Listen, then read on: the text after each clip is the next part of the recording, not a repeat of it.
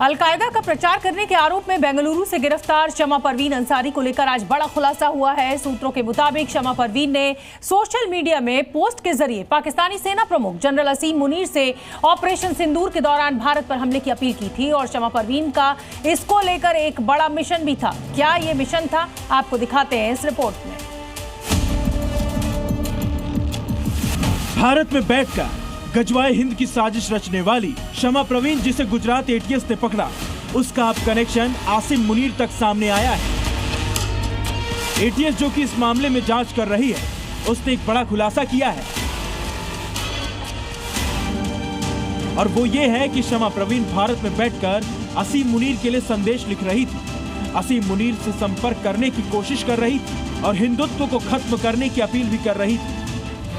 29 जुलाई को गिरफ्तार हुई शमा परवीन, जिस पर अलकायदा के प्रचार करने का आरोप है, उसने मुनीर के लिए संदेश लिखा ऑपरेशन सिंदूर के 2 दिन बाद, जब शमा परवीन ने अपने फेसबुक अकाउंट पर पोस्ट अपलोड की और उसमें मुनीर से भारत पर हमला करने की बात कही। शमा परवीन ने मुनीर के लिए पोस्ट में लिखा है कि उसके पास एक सुनहरा अवसर है, इस्लाम के प्रचार के लिए खिलाफत योजना को अपनाएं, मुस्लिम भूमि को एकत्रित करें, हिंदुत्व और यहूदी को खत्म करने के लिए आगे बढ़ें।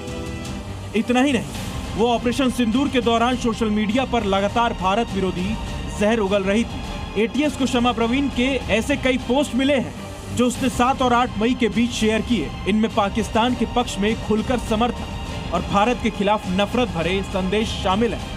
यूपी एटीएस लगातार उन नंबरों को ट्रैक कर रही है जो उस व्हाट्सएप ग्रुप में थे, जिसको पाकिस्तान से बाकायदा हैंडलर की तरफ से ऑपरेट किया जाता था और उसमें AK-47 से लेकर 10,000 से ज़्यादा युवाओं की फौज तैयार करने के लिए कहा गया था।